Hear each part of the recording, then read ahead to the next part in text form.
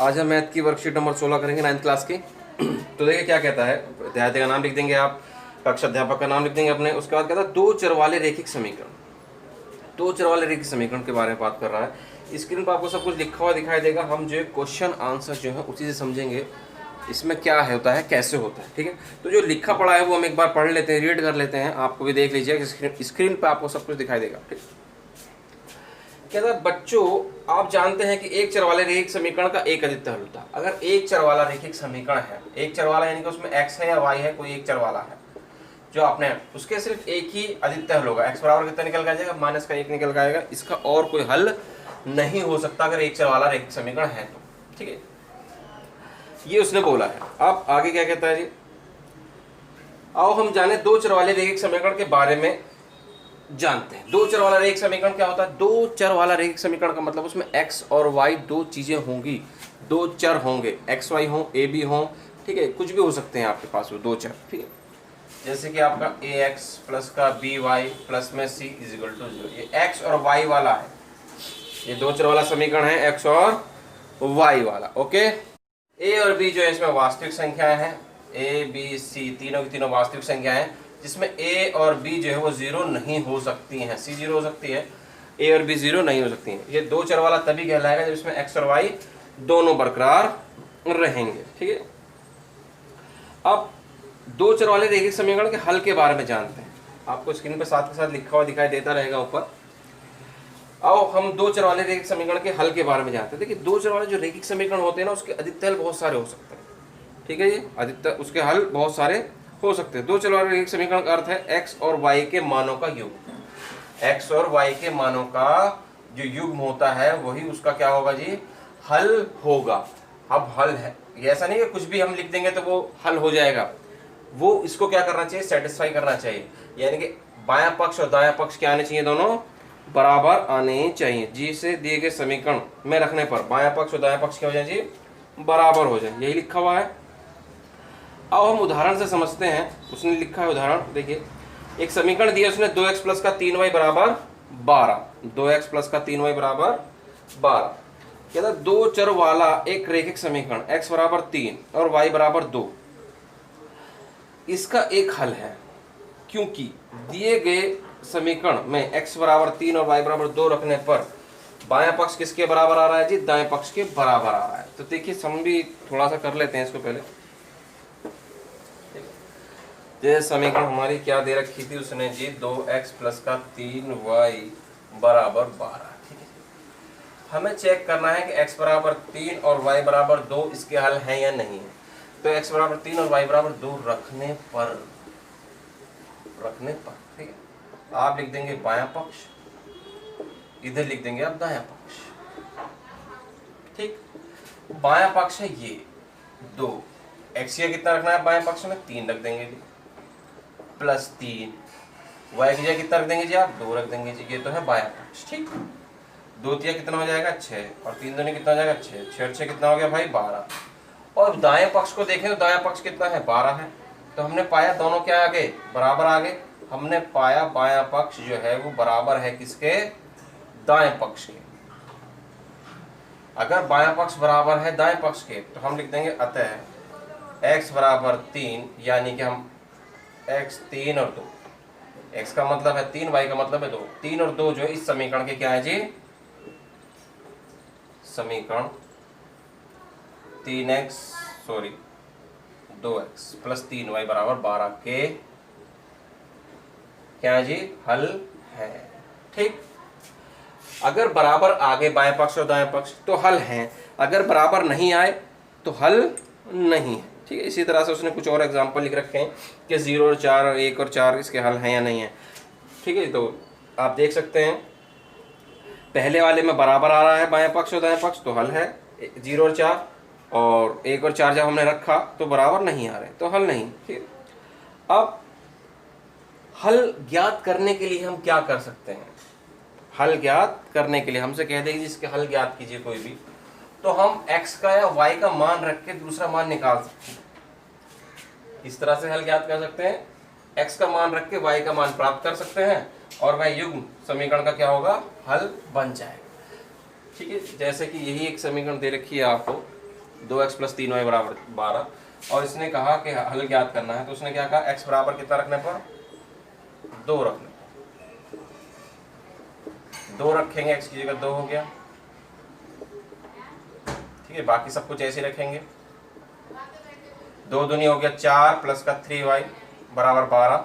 संख्या संख्या एक तरफ, 4 उधर लेंगे, काय का हो गया माइनस का, कितने बच्चे जी यहाँ पर 8 और 3 कहाँ जाएगा बटे, ये आ गया 1। तो x की जगह कितना रखा आपने 2, और y का मान कितना आया 8/3। तो ये जो बिंदु है आपका समीकरण के क्या है जी, हल है, समीकरण के हल है, समीकरण के हल।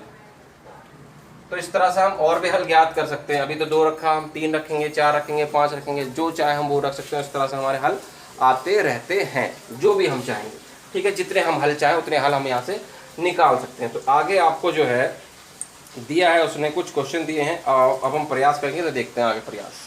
पहला क्वेश्चन उसने कहा कि ये समीकरण है, इसके 4 हल ज्ञात कीजिए, ठीक है। अभ्यास के प्रश्न है, 4 हल ज्ञात कर रहे हैं, तो हम बारी बारी से कुछ वैल्यू रखते रहेंगे x की, और y के मान हमारे आते रहेंगे, ठीक है। तो सबसे पहले समीकरण में x बराबर कितना जी 0 रखना, ठीक है। 0 रख देंगे x की जगह, 2 की 0 से गुणा करेंगे, कितना आ गया 0 प्लस में y, 0 y में जोड़ेंगे कोई फर्क नहीं पड़ता, कितना आ गया 7 ही रहेगा। तो ये एक हल हो गया, 0 रखा तो कितना आ गया 7 आ गया। दूसरा हल निकालने के लिए समीकरण 1 में x बराबर 1 रखना, जो चाहे हम वो रख सकते हैं, कोई बाउंडेशन नहीं है कि एक ही रखें हम। 2 ऐसे ही है, x की जगह कितना रख देंगे 1 प्लस में y बराबर 7, 2 एक हम 2 प्लस में y, 2 को उठा कर लेंगे, काय का होगा जी आपका माइनस का, कितने बचे 3, ठीक है। ये एक हल हो गया, 1 रखा तो कितना आ गया आपका 3 आ गया। आप देखिए 0 रख चुके हैं, 1 रख चुके हैं, अब कुछ और रखते हैं। समीकरण 1 में x बराबर कितना जी 2 रखने पर 2 रखेंगे, 2 हुआ ये ऐसे ही, x ये कितना रखना है मुझे 2 प्लस में y बराबर में 7, 2 दूनी कितना हो गया जी हमारा 4 प्लस में y, 4 को उठा कर लेंगे, काय का हो गया माइनस का, कितने बचे 3, ठीक है। ये एक और हल हो गया। अब उसके बाद समीकरण में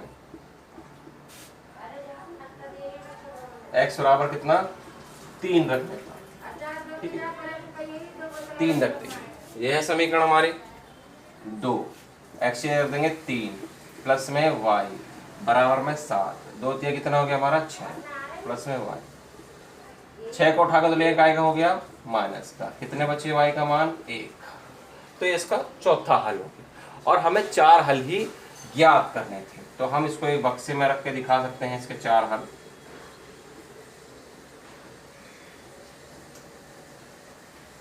ऊपर हमेशा x लिखते हैं, नीचे हमेशा y लिखते हैं। तो आपने सबसे पहले x कितना लिखा 0, जब x 0 रखा तो y का मान कितना है आपका 7, फिर आपने x कितना रखा 1, तो y का मान कितना है आपके पास 3, x कितना रखा आपने 2, तो y का मान कितना आया 3, x कितना रखा आपने 3, और y का मान कितना आया 1, ठीक है। या तो आप इस तरह से लिख दें, या आप लिख सकते हैं कि 0 7 1 3 2 3 और 3 1 समीकरण के 4 हल हैं, ठीक है। क्योंकि युग्म के अंदर लिखते हैं, इस तरह से दिखा दो आप, या इस तरह से दिखा दीजिए, ठीक है। इस तरह से आपका पहला क्वेश्चन क्या हो जाता है जी कंप्लीट हो जाता है। अब आप दूसरा क्वेश्चन देखिए, दूसरा क्वेश्चन क्या कहता है।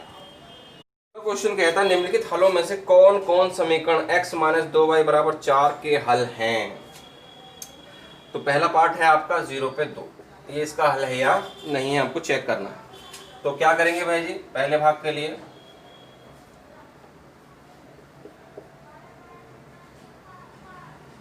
x बराबर 0 और y बराबर 2 रखने पर, ठीक है जी। तो बाएं पक्ष में रखेंगे और दाएं पक्ष में भी रखेंगे। बायां पक्ष है ये, x कितना रखना है हमको 0 माइनस का 2, y कितना रखना है आपको 4 2, ठीक है। 0 तो 0 रहेगा, ये 2 दूनी कितना हो गया 4, 0 में 4 घटाएंगे कितना रहेगा माइनस का 4। और दायां पक्ष कितना है आपके पास, दायां पक्ष तो आपके पास 4 ही है, तो क्या ये दोनों बराबर आए, नहीं आए, तो हम लिख देंगे बायां पक्ष बराबर नहीं है किसके, दायां पक्ष के। तो क्या लिख देंगे, अतः 0 और 2 समीकरण के हल नहीं है। अगर बराबर नहीं आए तो हल नहीं है, अगर बराबर आ गया तो हल है, ठीक है। अब सेकंड पार्ट देखते हैं हम इसका। तो देखिए सेकंड पार्ट क्या होगा इसका जी।